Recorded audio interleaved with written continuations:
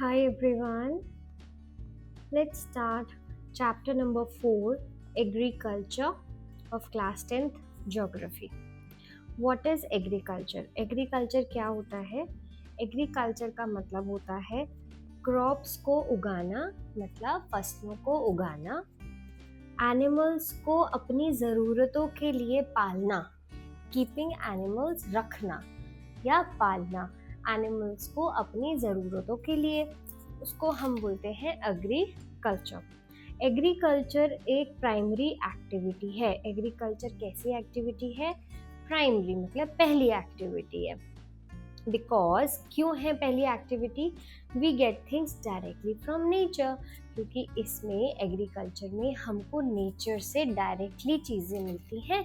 इसलिए हमने अब डिस्कस किया था ना, प्राइमरी, सेकेंडरी एंड टर्शरी। तो एग्रीकल्चर किस में आएगा? प्राइमरी में आएगा। क्यों है आएगा? क्योंकि जो वीट है, जैसे गेहूं है, उससे हमें क्या मिलता है? खाना मिलता है। राइस भी एग्रीकल्चर में होता है, उससे वो भी हमारा खाना है। कॉटन भी हमें एग्रीकल्चर से मिलता है, वो हमारे कपड़े मिलते हैं। कॉटन से हमें कपड़े मिलते हैं। गन्ने से हमें शुगर मिलती है। चाय पत्ती से हमें चाय मिलती है। तो ये सारी ही चीज़ें किस चीज़ का एग्जाम्पल है बच्चों?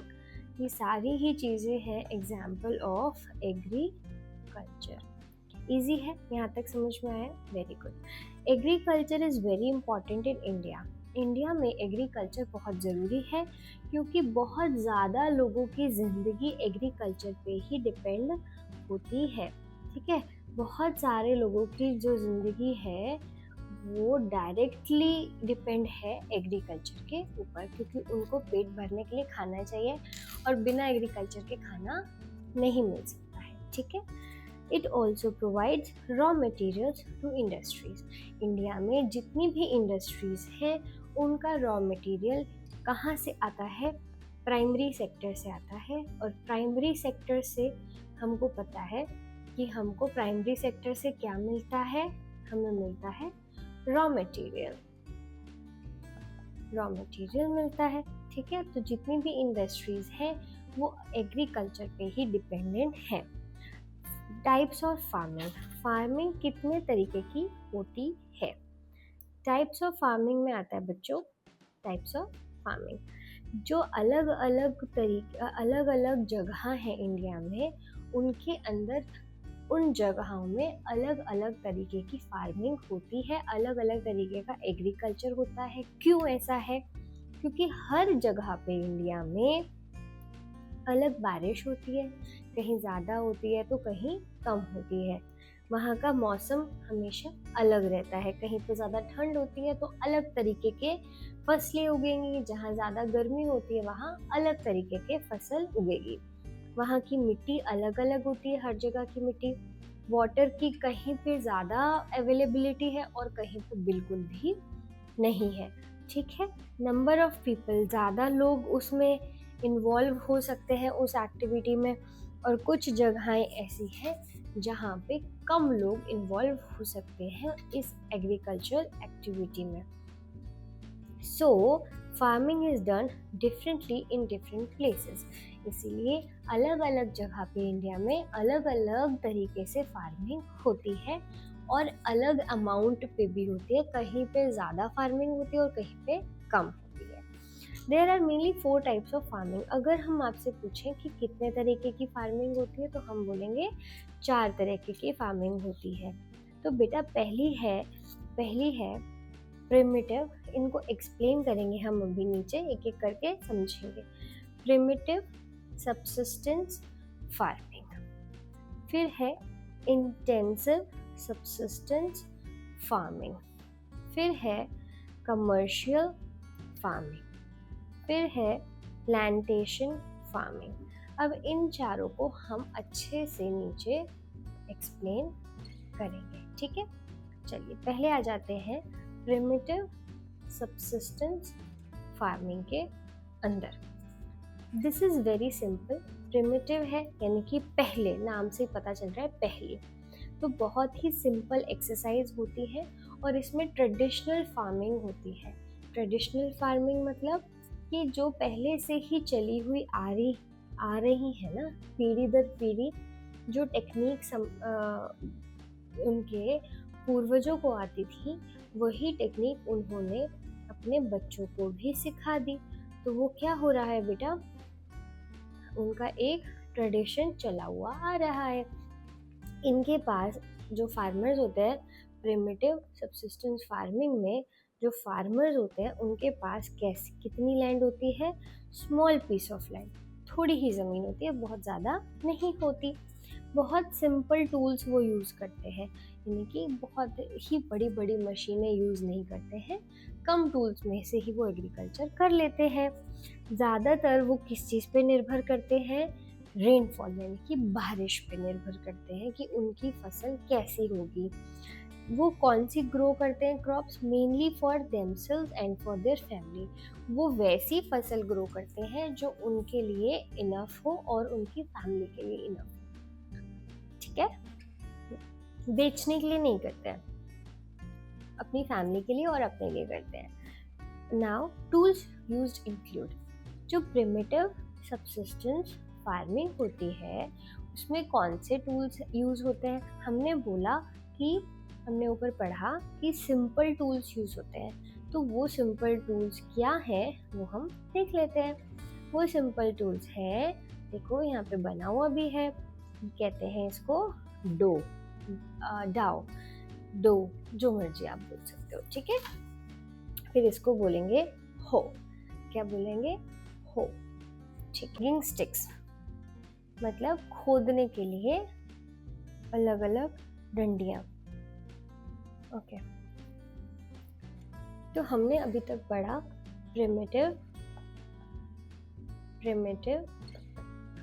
Primitive subsistence farming.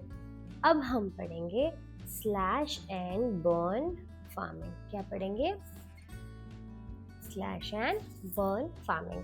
This is the type of primitive farming. ये किस चीज का प्रकार है, प्रिमिटिव फार्मिंग का ही एक तरीके से ये टाइप है।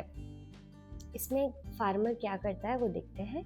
इसमें फार्मर ट्रीज को पहले तो कट करता है, पेड़ों को काट लेता है, फिर उसके बाद उनको जला देता है, ठीक है। फिर उसके बाद जो उसका ऐश बचता है, यानी कि जो उसका प्रोडक्ट बचता है जला जला सा, उसको एज अ मैन्योर यूज करता है। मैन्योर मतलब हमको पता है, मैन्योर मतलब खाद की तरीके से यूज करता है। और फिर उस जगह पे वो क्या करता है बच्चों, फसल उगा देता है। ये 4 स्टेप्स यूज होते हैं स्लैश एंड बर्न फार्मिंग के अंदर, गॉट इट, ठीक है। After some years the soil becomes less fertile. जब एक बार एक जमीन पे उग जाती है फसल और कट जाती है, उसके बाद वो जमीन कम उपजाऊ हो जाती है, लेस फर्टाइल हो जाती है, फिर उस जमीन में वो बात नहीं रहती। इसीलिए जो फार्मर्स होते हैं वो क्या करते हैं, उस लैंड को छोड़ देते हैं, लीव्स दैट लैंड, उस जमीन को छोड़ देते हैं और कहीं और जाके रहने लग जाते हैं, moves to some other place, ठीक है। इतना समझ में आया। ये जमीन है, मैंने इसमें खेती बाड़ी करी, मैंने इसमें क्रॉप उगाई। कुछ समय बाद ये जो जमीन आपको दिखाई दे रही है, ये क्या हो गई, ये जमीन हो गई लेस फर्टाइल, कम उपजाऊ। मैंने बोला इस जमीन को थोड़े दिन हम ऐसे ही छोड़ देते हैं, उसके बाद हम आएंगे और फिर देखेंगे कि इसकी जो मिट्टी थी वो वापस से फर्टाइल हो गई है, वापस से उपजाऊ हो गई है, उसको हमने जमीन को सांस लेने का मौका दिया। तब तक हम किसी और जमीन पे जाके वहां वर्क करेंगे। इतना समझ में आया। इसको बोलते हैं शिफ्टिंग कल्टीवेशन। क्या बोलते हैं, शिफ्टिंग कल्टीवेशन। एक जगह हमने कल्टीवेशन किया, फिर उसके बाद हम दूसरी जगह पे शिफ्ट हो गए, ताकि पहली बारी में जब हमने कल्टीवेशन किया था वो जमीन उपजाऊ वापस से बन जाए, क्योंकि अब वो एक बार यूज करने के बाद लेस फर्टाइल हो गई है।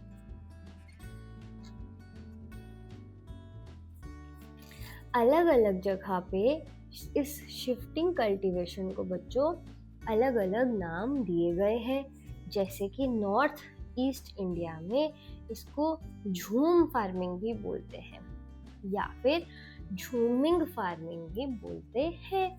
अगर हम और देशों की बात करें तो मेक्सिको में इसको मिल्का बोलते हैं, मिल्पा मिल्का नहीं, मेक्सिको में इसको मिल्पा बोलते हैं, वेनेजुएला में इसको कोनुको, ब्राज़ील में रोका, सेंट्रल अफ्रीका में मैसोल एंड इंडोनेशिया में लदांग। इसको हमें लर्न करना पड़ेगा, ठीक है। रिमेंबर, अब स्लैश और बर्न में एक होता है प्रिमिटिव सबसिस्टेंस फार्मिंग, उसके बाद सेकेंड टाइप आता है स्लैश एंड बर्न फार्मिंग, जिसमें कि आता है जो पेड़ होते हैं उनको कट किया जाता है, फिर उनको जलाया जाता है, फिर वहाँ पे क्रॉप को उगाया जाता है, फिर उसके बाद मूव टू अदर प्लेस, क्या करते हैं दूसरी जगह पे चले जाते हैं ताकि उस ज़मीन पे वापस से वो ज़मीन वापस से फर्टाइल हो सके। इतना समझ में आया? ठीक है, इतना हमारे को क्लियर है। अब पढ़ते हैं इंटेंसिव सबसिस्टेंस फार्मिंग क्या होता है। इंटेंसिव सबसिस्टेंस फार्मिंग, यहाँ पे फार्मर्स के पास बहुत ही कम लैंड होती है। कितनी लैंड होती है? कम होती है, लेकिन एक बहुत ज़्यादा पॉपुलेशन उनके पास होती है जिनको उनको खाना देना पड़ता है।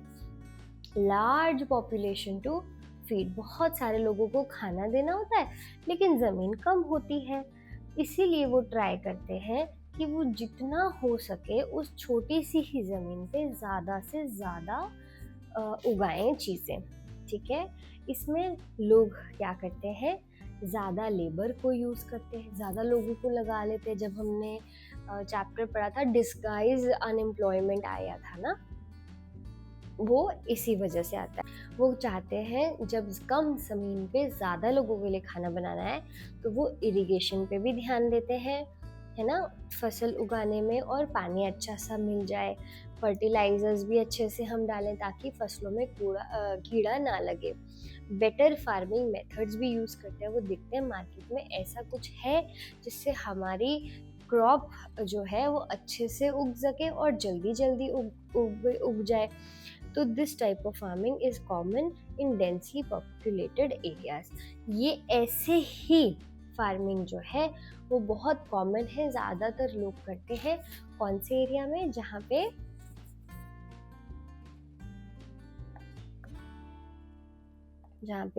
ज़्यादा पॉपुलेशन है, जहाँ पे ज़्यादा लोग रहते हैं। अगर हम सिंपल मीनिंग में समझें कि इप्सा मैम सिंपल मीनिंग में बताइए कि इंटेंसिव सबसिस्टेंस फार्मिंग क्या होता है, तो वो हम समझ सकते हैं ऐसे कि एक छोटी सी ज़मीन होती है, बहुत सारे लोग होते हैं जिनको हमें खाना देना होता है, बहुत सारा लेबर हम लोग लगा देते हैं ताकि ज़्यादा लोग काम करेंगे तो जल्दी जल्दी काम हो जाएगा, उसी को बोला जाता है इंटेंसिव फार्मिंग। आ गया समझ? अब आती है नेक्स्ट टाइप की फार्मिंग जिसको हम बोलते हैं कमर्शियल फार्मिंग। नाम से ही समझ में आ रहा है, जहाँ पे पैसा इन्वॉल्व होता है, वो कॉमर्स होता है, कमर्शियल होता है, इकोनॉमिक होता है। कमर्शियल फार्मिंग कब की जाती है ये पढ़ लेते हैं।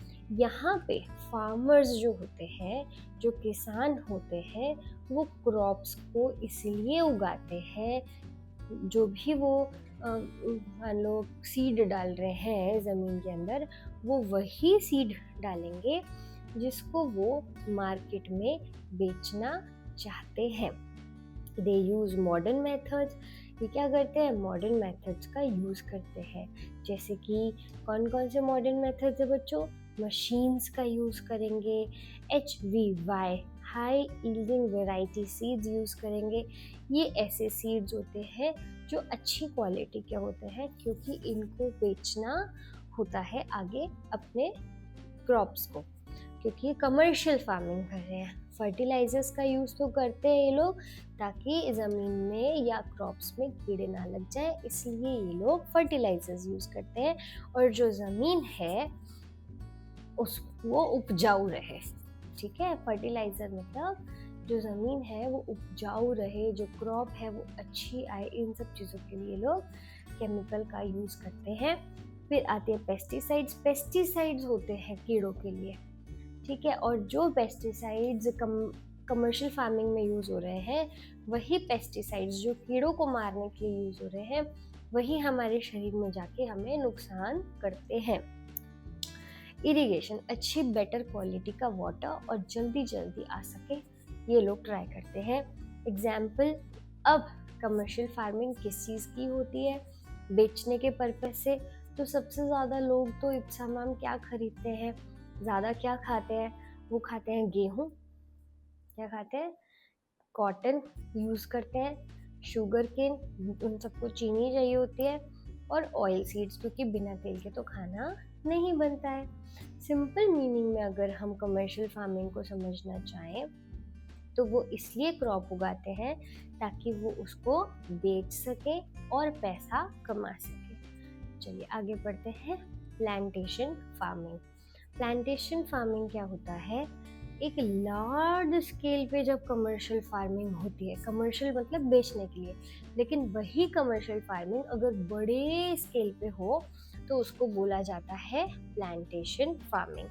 ज़्यादातर यहाँ पे एक ही क्रॉप ऐसी होती है जो बड़े से एरिया में उगाई जाती है, बहुत सारी क्रॉप्स नहीं उगाई जाती, सिर्फ एक ही क्रॉप उगाई जाती है, एक ही प्रकार की फसल उगाई जाती है, लेकिन बहुत लार्ज एरिया में उगाई जाती है।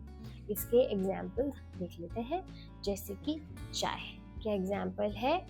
चाय, कॉफ़ी, रबर, बनाना, शुगर केन। याद हो जाएगा। प्लांटेशन फार्मिंग में क्या होता है? बेचने के लिए तो होता है ऑब्वियसली, लेकिन वो बेचने के लिए लार्ज स्केल पे होता है, लोअर स्केल पे नहीं होता। इसके एग्जाम्पल्स है tea, coffee, rubber, banana and sugarcane. Got it? चलिए आगे पढ़ लेते हैं कि कमर्शियल फार्मिंग जो होती है, जिसे बेचने के लिए यूज़ किया जाता है, उससे भी बड़ा होता है प्लांटेशन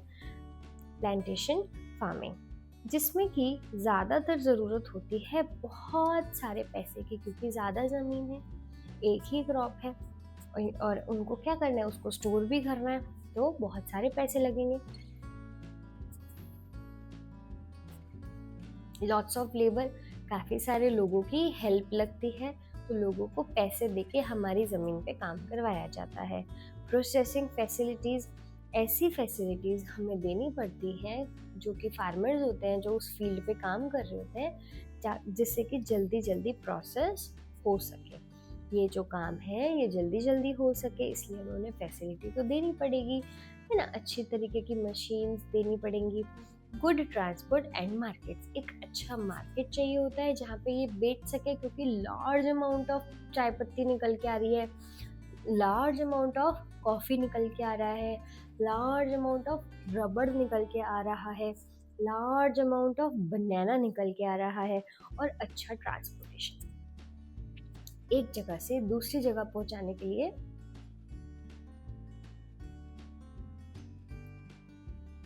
ट्रांसपोर्टेशन चाहिए। इसके एग्जाम्पल देख लेते हैं। अगर हमें टी प्लांटेशन करना है, यानी कि चाय पत्ती लगानी है, तो हमें क्या चाहिए होंगी? टी की लीव्स चाहिए होंगी। फिर वो टी प्लांटेशन से क्या निकल के आएगी? टी की पत्तियाँ, मतलब पत्ती मतलब लीव्स, है ना। फिर वो हम फैक्ट्री में लेके जाएंगे, फिर हम उस टी को प्रोसेस करेंगे, प्रोसेस करने के बाद हम उस टी को मार्केट में बेच देंगे। ठीक है, ये आपका जो प्लांटेशन फार्मिंग है उसका प्रोसेस है। क्रॉपिंग सीजन्स देख लेते हैं। अभी तक हमने देखा फार्मिंग कितने तरीके की होती है, अब देख लेते हैं कि क्रॉपिंग सीजन कौन कौन से तरीके का होता है। क्रॉपिंग सीजन 3 तरीके का होता है। जो फसल उगाई जाती है वो 3 तरीके के फसल 3 तरीके के मौसम में उगाई जाती है।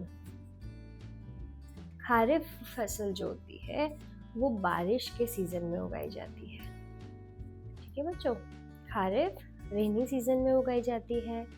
फिर राबी कब उगाई जाती है? विंटर सीजन में, सर्दियों में उगाई जाती है।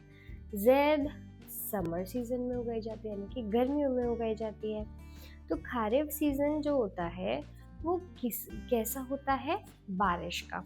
तो खारिफ की क्रॉप्स कौन कौन सी होती हैं जो बारिश में उगाई जाती हैं, या फिर मॉनसून के सीजन में जब बारिश का मौसम होता है तब उगाई जाती है, जैसे कि जून और जुलाई।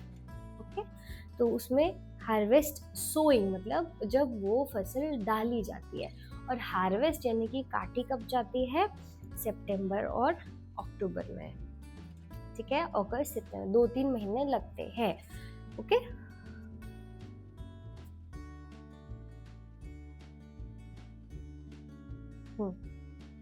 इसमें खारिफ सीजन में कौन कौन सी फसलें उगाई जाती हैं, बारिश में चावल, मेज, ज्वार, बाजरा, रुई, गन्ना, मूंगफली, सोयाबीन। ठीक है, इसको अगर आपको इजी ट्रिक से याद करना है तो आप कैसे याद करोगे, kharif is equals to rain rice, ऐसे याद करना। Kharif is equals to rain and rice.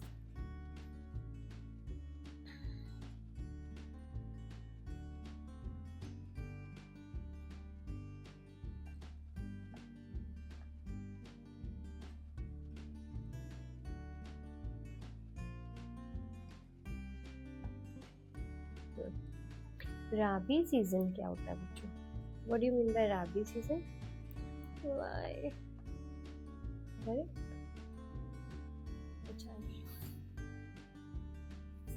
What is rabi season? Rabi crops जो होते हैं वो सर्दियों में उगाए जाते हैं। उनको अक्टूबर और दिसंबर में तो बीज डाले जाते हैं और हार्वेस्ट किया जाता है अप्रैल और जून में। ठीक है, दिसंबर, जनवरी, फरवरी, मार्च, इसमें 3 महीने के आसपास लगता है। तो राबी सीजन कौन कौन से होते हैं बच्चों? गेहूँ, सर्दी चाहिए होती है गेहूँ को, ग्राम्स, राजमा, चने, छोले, मटर, barley, mustard. Okay,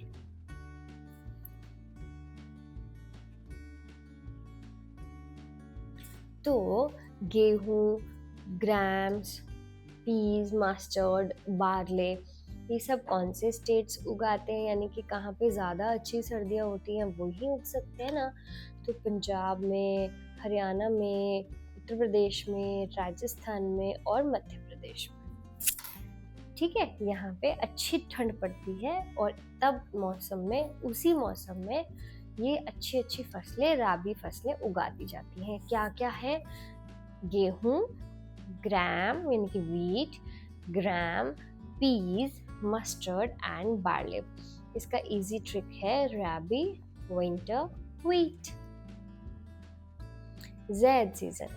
zaid season is short summer season between rabi and kharif. Rabi और खारिफ के बीच में एक छोटा सा गैप आता है, उसको बोलते हैं समर सीजन, जिसमें कौन कौन सी क्रॉप्स उगाई जाती हैं तो देखते हैं। इसमें वाटरमेलन, मस्क मेलन, खरबूजा, तरबूज, खीरा, सब्जियां एंड फॉडर क्रॉप्स, ऐसी क्रॉप्स भी उगाई जाती हैं।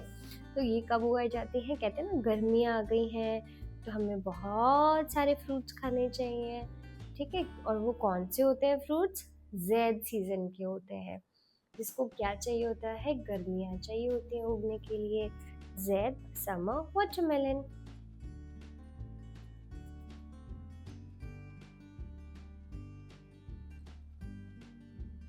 देखो, राइस जो है ना वो इंडिया की सबसे इम्पोर्टेंट फसल है।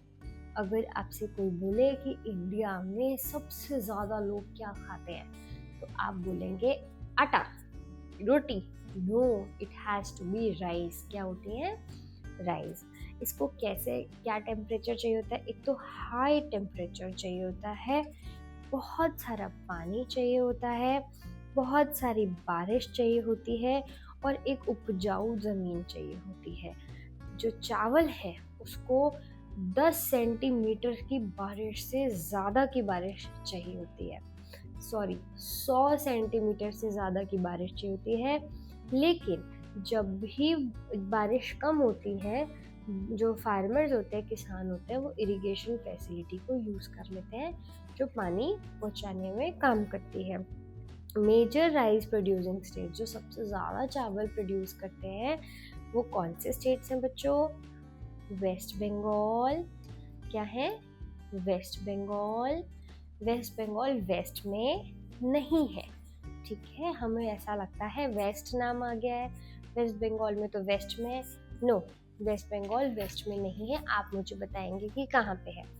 उत्तर प्रदेश में चावल उगाए जाते हैं, पंजाब में, बिहार में, उड़ीसा में, छत्तीसगढ़ में, आंध्र प्रदेश में, तेलंगाना, तमिलनाडु, आसाम, ठीक है। ओके, गेहूं।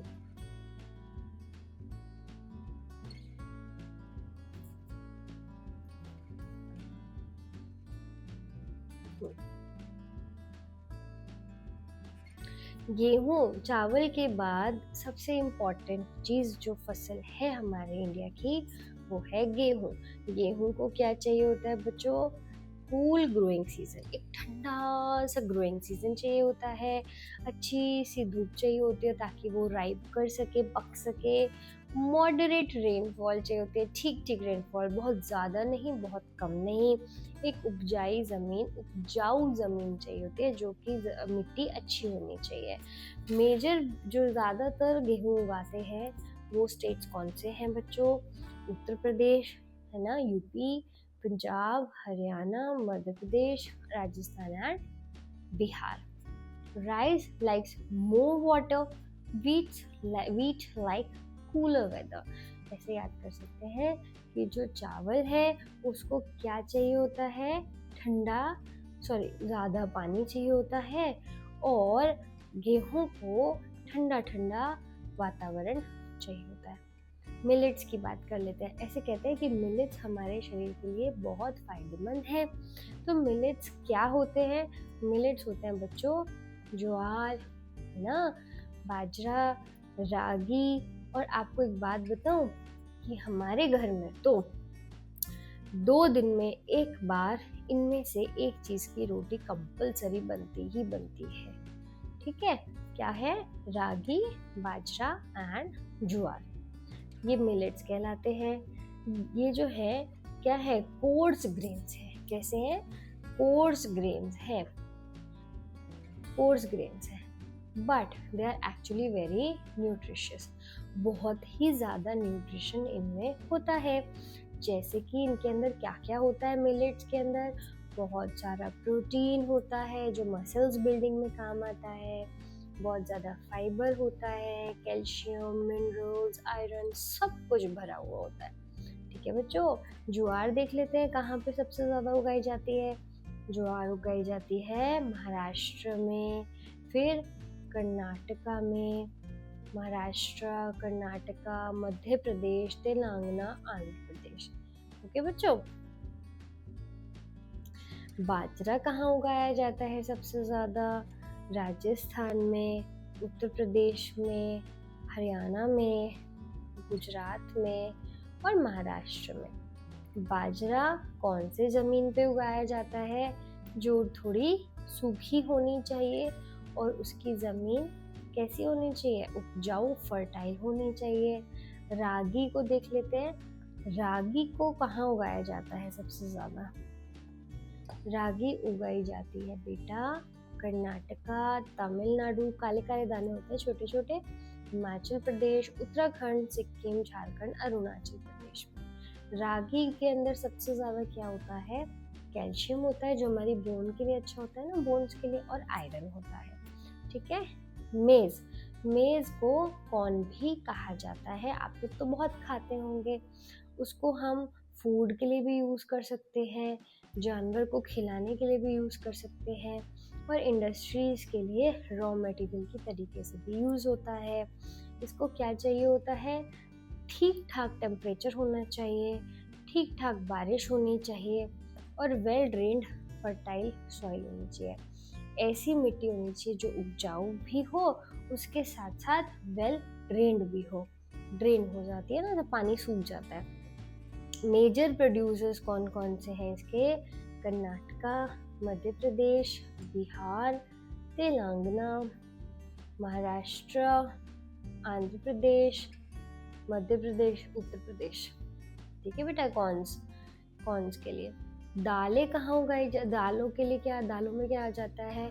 दालें बहुत ज़रूरी होती हैं हमारे लिए, क्योंकि वो हमको क्या देती हैं बच्चों? खूब सारा प्रोटीन देती हैं। उसमें पल्सेस में क्या क्या आ जाता है? ग्राम, है ना। दालें कौन सी होती है? ग्राम मतलब चना हो गया, छोले हो गए। फिर इसमें आ जाती है दालें, तुअर की दाल जिसको अरहर की दाल भी बोलते हैं, और उड़द की दाल, मूंग, मसूर एंड मटर ऑल्सो, पीस।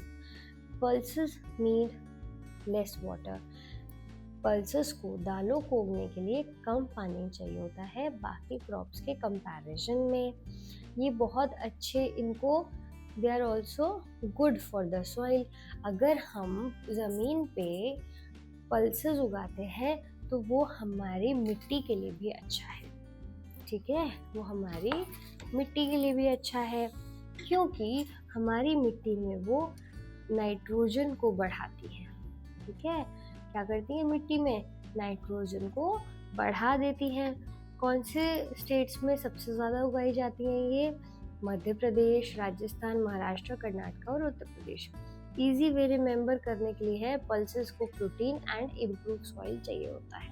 ठीक है, पल्सेस प्रोटीन देती हैं और जो कि आपका सॉइल को इम्प्रूव करता है। गन्ने की बात कर लेते हैं। गन्ना एक ट्रॉपिकल एंड सब ट्रॉपिकल क्रॉप है। इसको बहुत गर्म क्लाइमेट चाहिए होता है, बहुत सारा पानी, बहुत सारी बारिश और बहुत सूटेबल सॉइल जो उसको मतलब सूटेबल होती है, जो जिसको पसंद करती है, सिर्फ उसी ही ज़मीन पे शुगर केन उगाई जा सकती है, वरना नहीं। ठीक है बेटा, जैसे कि शुगर केन किसके लिए यूज़ होती है? गन्ने किसके लिए यूज़ होते हैं? चीनी बनाने के लिए, गुड़ बनाने के लिए, खांडसरी बनाने के लिए, मोलासेस बनाने के लिए, इथेनॉल बनाने के लिए। इन सब चीज़ों के लिए गन्ने का ज़रूरी है उगाना। ठीक है बच्चों, कहाँ उगाए जाते हैं गन्ने सबसे ज़्यादा? Uttar Pradesh, Maharashtra, Karnataka, Tamil Nadu, Bihar, Punjab, Haryana. Okay. Oil seeds एक ऐसी फसल होती हैं जो हम खाना बनाने के लिए यूज़ करते हैं, जैसे कि सनफ्लावर का ऑयल आता है, सनफ्लावर का, ग्राउंडनट मूंगफली का आता है, गेहूं नहीं, मस्टर्ड का, जिसको हम सरसों का तेल बोलते हैं, सोयाबीन का तेल आता है, सिसमे का आता है, कोकोनट, कैस्टर ऑयल आता है और लिनसीड आता है। इसके एग्जाम्पल्स हैं, ग्राउंडनट जो है वो सबसे ज़्यादा ग्राउंडनट ऑयल कहाँ बनाया जाता है? गुजरात में ग्राउंडनट उगाया जाता, ग्राउंडनट ऑयल आंध्र प्रदेश में, तमिलनाडु में और कर्नाटक में। सरसों के जो सीड्स होते हैं वो Rajasthan, Uttar Pradesh, Haryana and Madhya Pradesh. Soybean Madhya Pradesh, Maharashtra and Rajasthan. ये आपको याद करने पड़ेंगे, है ना। मैं ट्राई करूँगी कि मैं जल्दी एक ऐसी वीडियो लेकर आऊँ जो भी इस चैप्टर में याद करने वाली चीज़ें हैं ना, वो मैं आपको याद करवाने की ट्राई करूँगी, कि हम कोई ऐसे वीडियो बनाते हैं जिसमें ये सब चीज़ें आपको याद हो जाए। जो चाय पत्ती होती है उसको बेवरेज क्रॉप कहा जाता है। ठीक है, नाश्ते की तरह हम उसको लेते हैं। तो इसको क्या चाहिए होता है? गर्म तो क्लाइमेट चाहिए होता है, वार्म मतलब ना ज़्यादा गर्म ना ज़्यादा ठंडा, बहुत सारी बारिश, मॉइस्ट कंडीशन, मॉइस्ट मतलब थोड़ी थोड़ी पानी वाली, वेल ड्रेन्ड सॉइल जो अच्छे से ड्रेन हो सके, पानी को निकाल सके। बहुत सारा लेबर चाहिए होता है टी में। T is usually grown on hill slopes. पहाड़ियों की जो ऐसे स्लोप्स होते हैं ना, उसमें ज़्यादातर टी को उगाया जाता है, क्योंकि पानी वहाँ पे ड्रेन आसानी से हो जाता है। जो मेजर ट्री प्रोड्यूसिंग एरियाज हैं वो है असम, वेस्ट बंगाल, तमिलनाडु एंड केरला। टी को बहुत ही ज़्यादा एक्सपोर्ट किया जाता है। जो बाहर के देश होते हैं उन्हें इंडिया का टी बहुत ही पसंद आता है। कॉफ़ी की बात करते हैं। कॉफ़ी भी बेवरेज क्रॉप है।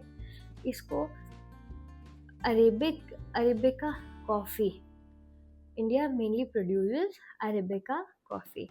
इसको क्या है, इंडिया में कौन सी कॉफ़ी उगाई जाती है जिसका नाम है अरेबिका कॉफ़ी, जो कि गुड क्वालिटी की कॉफ़ी मानी जाती है। कौन उगाता है? कर्नाटका, केरला एंड तमिलनाडु। कर्नाटका जिसमें से कि सबसे ज़्यादा कॉफ़ी प्रोड्यूसिंग स्टेट है। हॉर्टिकल्चर क्या होता है? हॉर्टिकल्चर मतलब होता है जो कि फ्रूट्स, वेजिटेबल्स, फ्लावर्स और गार्डन के क्रॉप्स को उगाता है, जैसे mango, banana, orange, Apple, grapes, pineapple, guava and pomegranate. अनार, अमरूद, पाइनएप्पल, ग्रेप्स, एप्पल, ऑरेंज, केले और आम। India is main important producer of many fruits and vegetables. काफ़ी सारे फ्रूट्स और वेजिटेबल्स का इंडिया मेन जो है प्रोड्यूसर है। ठीक है बेटा। फाइबर क्रॉप्स क्या कहते हैं? फाइबर क्रॉप्स किसको बोला जाता है? दो इम्पॉर्टेंट फाइबर क्रॉप्स होते हैं, एक होता है कॉटन, एक होता है जूट, जिससे कपड़े बनाए जाते हैं। ठीक है। They give us fibres used to make different products. Cotton से और किससे? जूट से हमें बहुत सारे अलग अलग प्रोडक्ट्स मिलते हैं।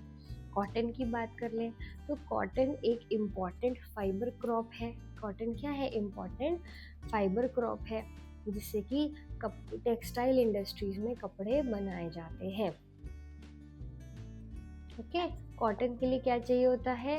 हाई टेम्परेचर, गर्म मतलब, और हल्की हल्की बारिश, अच्छी सी धूप और फ्रॉस्ट फ्री वेदर, जहाँ पे बर्फ़ नहीं होनी चाहिए, वहाँ वैसी हमें वेदर चाहिए। ब्लैक सॉइल जो है वो कॉटन के लिए सबसे अच्छी मानी जाती है। ये 1 मार्क के क्वेश्चन में कितनी बार बोर्ड में पूछा गया है कि कॉटन के लिए कौन सी ज़मीन अच्छी होती है, तो हम बोलेंगे ब्लैक सॉइल। जो ज़्यादातर कॉटन प्रोड्यूसिंग एरियाज़ हैं, स्टेट्स हैं, वो है Maharashtra, Gujarat, Telangana, Karnataka, Andhra Pradesh, Punjab, Haryana, Madhya Pradesh, Tamil Nadu. What it now? Jute की बात कर लेते हैं। जूट को गोल्डन फाइबर भी कहा जाता है। इस तरीके से होता है ना, गोल्डन फाइबर भी कहा जाता है। क्यों कहा जाता है गोल्डन फाइबर? क्योंकि इसकी इकोनॉमिक वैल्यू बहुत ज़्यादा है, मतलब बहुत पैसे में बिकता है। क्यों बिकता है? क्योंकि इससे बनाए जाते हैं बैग्स, रस्सियाँ, मैट, यानी कि जो हम ज़मीन पर बिछाते हैं, और पैकिंग मटेरियल भी इससे बनाए जाते हैं। इसको बहुत ज़्यादा टेम्परेचर चाहिए होता है, बहुत ज़्यादा बारिश चाहिए होती है, और एक अच्छी ज़मीन चाहिए होती है। It grows specially in Ganga Brahmaputra basin. कहाँ पे उगाई जाती है? गंगा ब्रह्मपुत्रा के बेसिन में उगाई जाती है। मेजर जो प्रोड्यूसर्स होते हैं इसके हैं वेस्ट बंगाल। जूट में जो है वेस्ट बंगाल में उगाया जाता है बहुत ज़्यादा, बिहार में, आसाम, उड़ीसा, मेघालय। वेस्ट बंगाल सबसे ज़्यादा जूट प्रोड्यूस करता है। ठीक है। रबड़ एक बहुत ही इम्पॉर्टेंट इंडस्ट्रियल क्रॉप है। ठीक है। रबड़ को किस चीज़ की ज़रूरत होती है? बहुत गर्म और ह्यूमिड क्लाइमेट, यानी कि चिपचिपानी मौसम होता है वैसा। बहुत ज़्यादा बारिश की ज़रूरत होती है, मॉइस्ट और वेल ड्रेन्ड सॉइल, वो जो हमने ऊपर पढ़ा था। इसको कहाँ उगाया जाता है सबसे ज़्यादा रबड़ को? केरला, तमिलनाडु, कर्नाटका, अंडमान एंड निकोबार आइलैंड में। केरला में सबसे ज़्यादा रबड़ प्रोड्यूस होता है। Technological and institutional reform. ऐसे कौन से बेटरमेंट्स हमने इंडिया में किए हैं, ऐसी कौन सी हमने टेक्नोलॉजी यूज़ की है जिसकी वजह से हमें बहुत ज़्यादा प्रॉफिट हुआ है?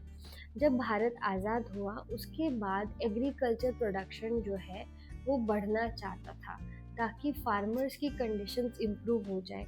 इसलिए गवर्नमेंट ने काफ़ी सारे बदलाव किए थे, जैसे कि अच्छी क्वालिटी के सीड दिए, इरिगेशन फैसिलिटी, पानी पहुंचाने वाली फैसिलिटी अच्छी कर दी, फर्टिलाइजर्स, पेस्टिसाइड्स, मशीन्स, लोन देने शुरू कर दिए, क्रॉप उगाने के लिए इंश्योरेंस देना शुरू कर दिया, एमएसपी, मिनिमम सेलिंग प्राइस, मतलब आपको इतने पैसे तो इस फसल के मिलेंगे ही मिलेंगे, इससे नीचे नहीं जाएंगे। एग्रीकल्चरल का रिसर्च करना भी शुरू कर दिया कि कैसे ज़मीन पे कैसी फसल उगानी चाहिए, और भी बहुत सब कुछ। ग्रीन रेवोल्यूशन क्या होता है? ग्रीन रेवोल्यूशन होता है मॉडर्न फार्मिंग मेथड को यूज़ करके, ताकि ज़्यादा से ज़्यादा खाना उगा सके। इसमें इन्वॉल्व होते हैं HYV, अच्छे वाले सीड्स, हाई यील्डिंग वैरायटी के सीड, बहुत अच्छा वाला पानी की facility, fertiliser, pesticide, modern machines भी यूज़ की जाती हैं, तब जाके ग्रीन रेवोल्यूशन आता है।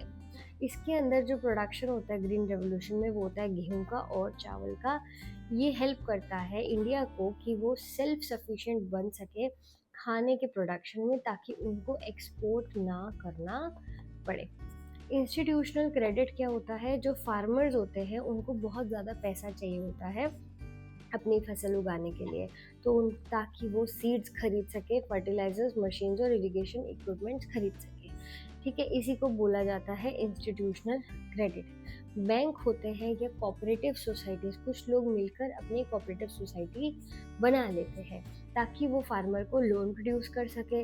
ये है जो कि फार्मर को बहुत ज़्यादा अवॉइड करता है कि वो किसी मनी लेंडर पे डिपेंड ना करें, और डायरेक्टली जो है लोन या तो वो एक अच्छी कोऑपरेटिव सोसाइटी से लें या तो बैंक से लें। मनी लेंडर वाले क्या करते हैं, जो नॉर्मली कोई इंसान से वो पैसे ले लेते हैं, वो इंटरेस्ट ज़्यादा लेते हैं। क्रॉप का इंश्योरेंस। क्रॉप का इंश्योरेंस मतलब farmers can lose their crops because of floods and droughts. Farmers अपनी क्रॉप को, अपनी फसल को खो देते हैं, क्योंकि या तो बाढ़ आ गई, या तो सूखा पड़ गया, या तो साइक्लोन आ गया। साइक्लोन आता है ना पानी के अंदर घूमर, उसकी वजह से उनकी क्रॉप खराब हो जाती है, या तो पेस्ट की वजह से, यानी कि जो उन्होंने इतनी सारी दवाइयाँ डाली थी, या कोई बीमारी फैल जाती है खेतों में उसकी वजह से, या कोई अलग नेचुरल प्रॉब्लम होती है उस वजह से।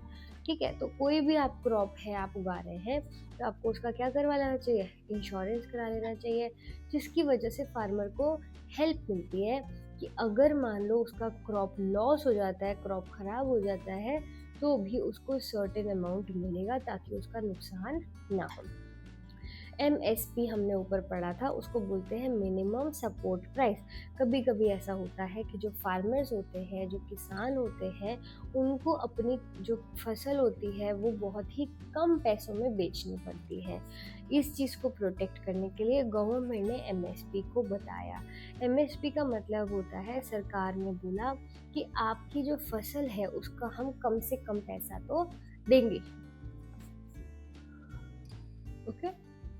किसान क्रेडिट कार्ड क्या होता है, ये फार्मर्स की मदद करता है ताकि आसानी से लोन मिल सके, क्रेडिट मिल सके, और वो अपना एग्रीकल्चर प्रोडक्शन अच्छे से कर सके, सीड्स के लिए, फर्टिलाइजर्स के लिए और फार्मिंग एक्टिविटीज़ के लिए।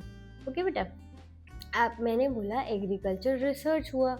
एग्रीकल्चरल रिसर्च क्या होता है मैम, एग्रीकल्चरल रिसर्च का मतलब होता है जो फार्मर्स की हेल्प करता है कि हम अपने सीड्स को, अपने जो हम बीज डाल रहे हैं ज़मीन में, उनको बेटर कैसे बना सकें, बेटर कौन कौन से ऐसे मेथड यूज़ कर सकें कि वो हमारे जो खेत है उसमें पानी अच्छे से हम इरिगेशन वैल्यू डाल सकें, कि कोई भी फसल में कोई बीमारी ना लगे, उसके अगेंस्ट यानी कि डिसीज़ रेजिस्टेंट क्रॉप्स हम जो है उगाएं, अच्छी टेक्नोलॉजी यूज़ करें और अच्छे फार्मिंग मेथड यूज़ करें। इससे एग्रीकल्चर प्रोडक्शन बढ़ जाता है। एग्रीकल्चर रिसर्च की वजह से हमें ये सब पता चलता है। Agriculture and the Indian economy की, एग्रीकल्चर और इंडियन इकोनॉमी का, जो इंडिया के पैसे का लेन देन का है, उसमें क्या है वो लिंक क्या है। एग्रीकल्चर एक बहुत ही इम्पॉर्टेंट है इंडिया के लिए, जो कि उसको प्रोवाइड करता है एम्प्लॉयमेंट, यानी कि जॉब, पैसे मिलते हैं, खाना प्रोवाइड करता है एग्रीकल्चर इंडियंस को, रॉ मटेरियल मतलब जैसे मैंने आपको बताया ना, कॉटन रॉ मटेरियल है ना, फिर उससे बनता है यार्न, फिर वो इंडस्ट्री वाले यार्न बनाते हैं और फिर क्लॉथ बनाते हैं, है ना। इनकम आती है एग्रीकल्चर से और एक्सपोर्ट प्रोडक्ट्स भी बनाए जाते हैं। लेकिन एक बहुत इम्पॉर्टेंट पॉइंट है कि the contribution of agriculture to India's GDP, जो एग्रीकल्चर का कंट्रीब्यूशन है ग्रॉस डोमेस्टिक इसमें GDP में, वो कम हो रहा है दिन प्रतिदिन, क्योंकि many people still depend on agriculture for their livelihood. बहुत ज़्यादा लोग आज भी अपना जीवन जीने के लिए एग्रीकल्चर पे ही डिपेंड है। इसकी वजह से प्रॉब्लम क्रिएट हो रही है और बहुत ज़्यादा लोग जो है ऐसे सेक्टर में डिपेंडेंट है जो कि जीडीपी में बड़ा ही स्मॉलर अमाउंट देता है।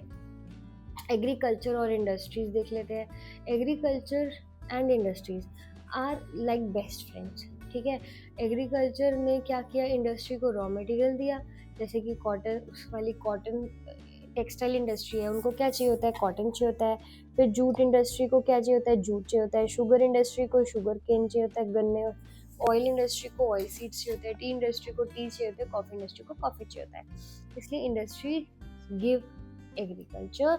इंडस्ट्रीज क्या देता है एग्रीकल्चर को, ट्रैक्टर्स देता है, फर्टिलाइजर्स देता है, अपने खुद के लाके देता है कि तुम ये यूज़ करो ताकि अच्छी फसल आए। सीड्स देता है, मशीन्स, इरिगेशन इक्विपमेंट देता है, ताकि एग्रीकल्चर जो है हेल्प कर सके इंडस्ट्रीज को और इंडस्ट्रीज जो है वो हेल्प कर सके एग्रीकल्चर को। ग्लोबलाइजेशन एंड एग्रीकल्चर, यानी कि हम जो एग्रीकल्चर कर रहे हैं उसका भारत के बाहर क्या असर हो रहा है।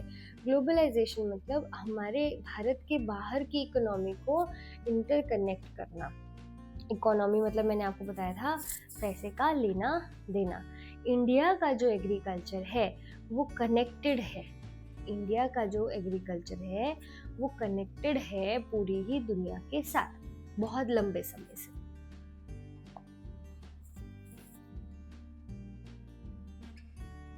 ब्रिटिश रूल में हमने देखा था, जब ब्रिटिश रूल था ना, कि फार्मर्स को बहुत ही ज़्यादा मनाया जाता था, एनकरेज करा जाता था ताकि वो क्रॉप्स उगाएं। किस चीज़ के उगाने के लिए बोलते थे वो, रुई, इंडिगो, ओपियम और जूट। ठीक है, these were often produced for the whole market. पूरे मार्केट के लिए ये इंडिया ही उगाता था, बिगर मार्केट्स के लिए, एक्सपोर्ट के लिए और ज़्यादा पैसे कमाने के लिए। But it also creates problem, बहुत ज़्यादा प्रॉब्लम भी होती थी, जैसे कि फॉरेन फार्मर्स के साथ कंपटीशन होना, इंटरनेशनल प्राइसेस बदल जाना, क्योंकि हम सस्ते में बनाते थे वो महंगे में बनाते थे, बेटर क्वालिटी की डिमांड थी वहाँ पे। और स्मॉल फार्मर्स में find it difficult to compete, जो छोटे छोटे फार्मर्स होते थे उनको मुश्किल पड़ता था ये मार्केट में कंपटीशन में पार्टिसिपेट करना।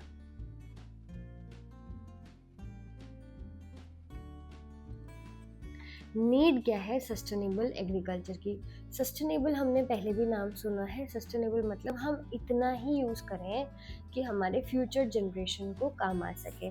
तो मॉडर्न आजकल के जो प्रोडक्शन हो रहा है ना, वो बहुत ज़्यादा यूज़ करता है केमिकल्स, फर्टिलाइजर को, केमिकल वाले फर्टिलाइजर्स को, बहुत सारे पेस्टिसाइड्स, और जो ज़मीन का अंदर का पानी है वो भी हम बहुत ज़्यादा यूज़ कर रहे हैं, जिससे कि क्या होगा, ज़मीन ख़राब हो जाएगी, मिट्टी ख़राब हो जाएगी, पानी ज़्यादा यूज़ हो जाएगा और एनवायरनमेंट भी ख़राब हो जाएगा।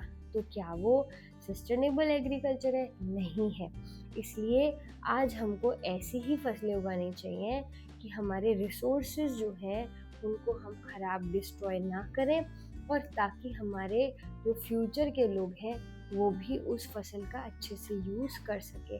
तो हमें पानी को सेव करना चाहिए, मिट्टी को प्रोटेक्ट करना चाहिए, रिसोर्स को बहुत ही केयरफुली यूज़ करना चाहिए, जो हमारे पास चीज़ें हैं, बायोडाइवर्सिटी को प्रोटेक्ट करना चाहिए, जानवरों को प्रोटेक्ट करना चाहिए, और एक्सेसिव केमिकल का यूज़ नहीं करना चाहिए। ऑर्गेनिक फार्मिंग होती है जब हम नेचुरल तरीके से हैवी फर्टिलाइजर्स को नहीं डालते हैं, बल्कि नेचुरल तरीके से हम केमिकल फर्टिलाइजर्स और पेस्टिसाइड्स को हटा देते हैं। जैसे कि उसकी जगह हम कर देते हैं मैन्योर एनिमल, यानी कि जैसे गाय के जो डंग होता है ना, उसको डाल देते हैं हम मैन्योर के तरीके से। कंपोस्ट डाल देते हैं, जैसे केले के छिलके को बहुत टाइम तक आप रखते रहो तो वो सड़ जाएगा, फिर वो पाउडर सब बन जाएगा ना, वो उसको कंपोस्ट बना दिया उन्होंने। काफ़ी सारे वेजिटेबल्स और ये सब मिला के ना एक बॉक्स में, उसको आप काफ़ी टाइम तक रखते हो तो वो कंपोस्ट बन जाएगा। फिर नेचुरल फर्टिलाइजर्स यूज़ कर सकते हैं, नेचुरल मेथड्स यूज़ कर सकते हैं जिससे कि कीड़े ना लगे। उसका हेल्प ये होगा ऑर्गेनिक फार्मिंग का कि बेटर सॉइल, जो वहाँ की जो मिट्टी होगी उसकी हेल्थ अच्छी हो जाएगी, पोल्यूशन कम होगा, एनवायरनमेंट बेटर रहेगा और हमारे को फार्मिंग प्रैक्टिसेस भी बहुत इजी रहेगी। ठीक है, ये एक चैप्टर का रिवीजन है, इसका चाहे तो आप स्क्रीनशॉट ले सकते हैं, ये हम सारा डिस्कस कर चुके हैं। Okay, this one.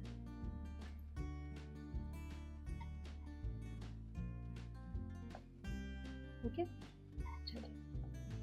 thank you and please share this video. I'll try my best to make a video with easier explanation and the way in which through which you can learn all these